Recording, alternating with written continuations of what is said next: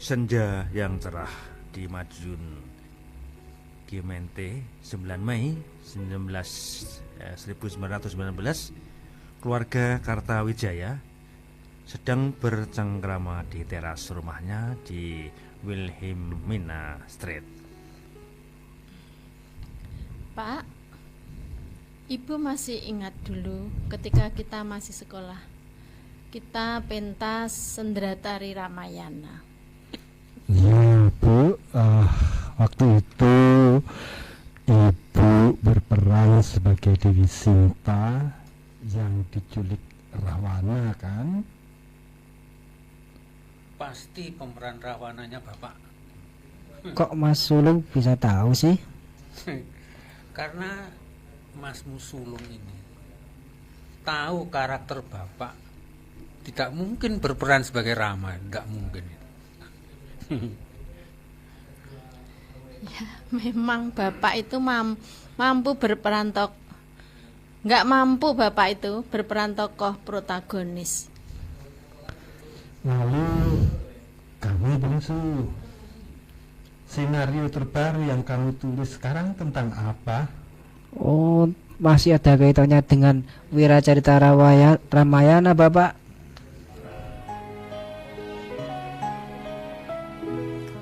Pendengar, maka sepakatlah mereka memainkan naskah Si Bungsu yang berjudul Copo Manik Astagina.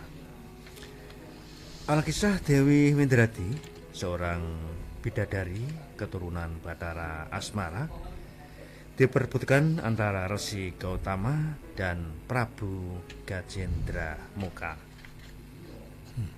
Wahai Dinda Dewi Widrati, aku ingin mempersunting dirimu sebagai permaisurku di kerajaan Ragastina. Terima kasih Prabu Gajendra Muka atas segala kehendak baik Paduka. Jadi, kau bersedia menjadi permaisurku, Dewi Windrati? Namun apa pujaan hatiku? ada satu syarat yang harus Prabu penuhi untuk mempersunting diriku sebagai permaisuri. Apa syarat itu, Dewiku? Paduka harus menyediakan istana yang berlapiskan berlian untukku. Oh, begitu. Baik. Baik, Dinda Dewi Widrati. Semuanya permintaanmu nanti akan kupenuhi.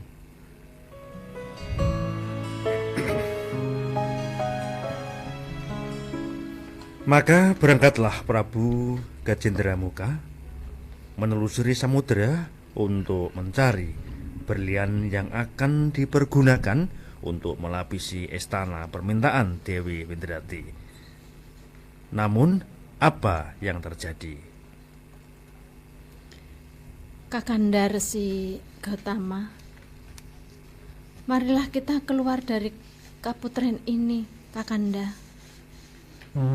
Jadi Dinda Dewi Windrati bersedia menikah denganku? Ya, asalkan Kakanda Resi Gautama mampu mengalahkan Prabu Gajendra Muka.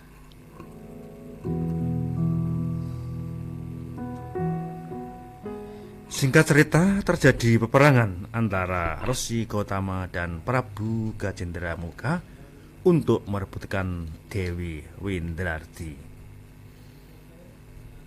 Di saat itu, Bathara Surya mendatangi Dewi Windrati dalam wujud Resi Gautama. Akhirnya Kakanda Resi Gautama berhasil mengalahkan Prabu Gajendra Muka. Benar Adinda, sebagaimana janjimu, maka sekarang kau menjadi milikku. Ya, baiklah Kakanda. Sekarang kuserahkan seluruh jiwa ragaku kepadamu, Kakanda.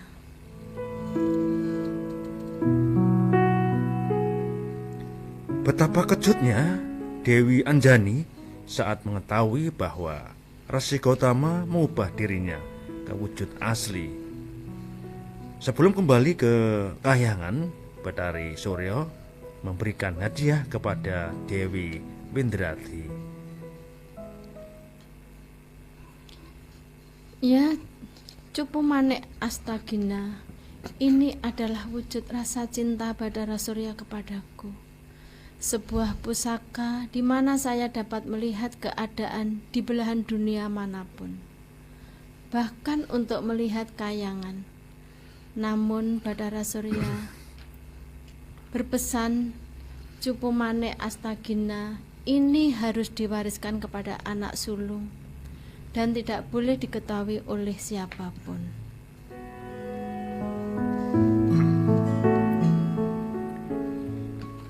Saat Bathara Surya kembali ke kahyangan, Resi Gotama asli datang dan berhasil menaklukkan Prabu Gajendra Muka. Dinda Windradi, sudah lebih dari 12 tahun kita menikah. Dan ketiga anak kita sudah menginjak dewasa. Dewi Anjani, gadis cantik yang menjadi incaran para perjaka. Kedua adiknya, Anjanarka dan Anjaningrat, mereka sudah menjadi benda tampan.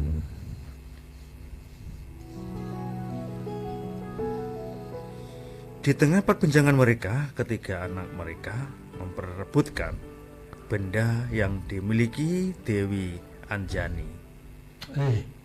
Kalian ini sudah dewasa kok masih juga berebut mainan seperti anak-anak kecil. Sudah, berhenti. Tapi Ayahanda, Yunda Dewi Anjani memiliki mainan yang tidak sembarangan. Benar, Ayahanda. Kami melihatnya dan bisa melihat berbagai kejadian di belahan dunia manapun. Bahkan kami bisa melihat kehidupan di kayangan. Tapi Yunda Dewi Anjani tidak mau meminjamkan mainan itu kepada kami. Benarkah semua itu anakku Anjani? Lalu dari mana kau mendapatkan mainan itu? Bapak, konon menurut Yunda Dewi Anjani, dia memperolehnya dari Ibunda Dewi Windradi. Benar Ayahanda, tadi Yunda Dewi Anjani bercerita begitu. Dinda Windradi, benarkah apa yang dikatakan Anjaningrat dan Anjanarko? Hei, mengapa kau itu tanya tapi diam saja layaknya patung?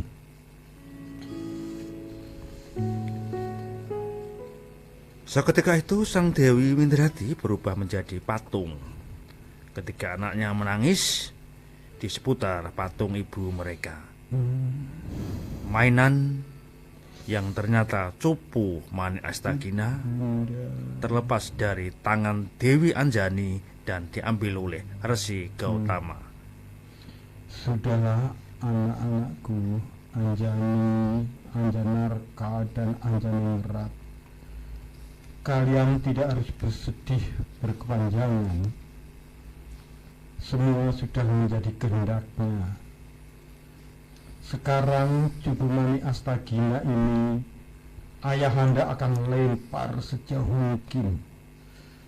Dan siapa yang mampu mendapatkannya, dialah pemiliknya.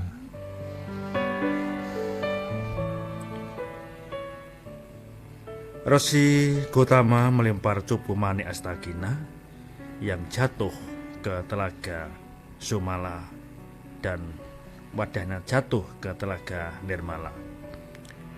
Ketiga anak Resi Gotama dipesan agar mereka tidak berebut lagi seperti kera.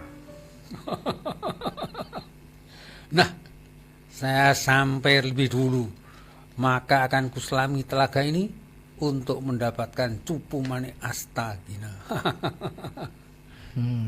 Sepertinya Kanda Anjanarko belum sampai ke sini. Apalagi Yunda Anjani pasti tidak mampu berlari seperti diriku. Akan ku selami telaga ini sebelum mereka tiba.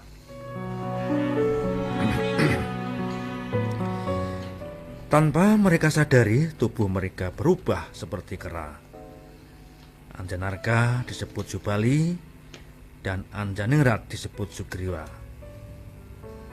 Sementara Dewa Anjani yang kelelahan membasuh wajah dan tangannya sehingga kedua bagian tubuhnya itu berubah menjadi seperti kera. Hei, kera apa yang kau lakukan di sini? Apa? Kau kera yang tak tahu diri. Aku di sini hendak mencari Cupu Manik Astagina. Hah? Itu yang hendak ku cari.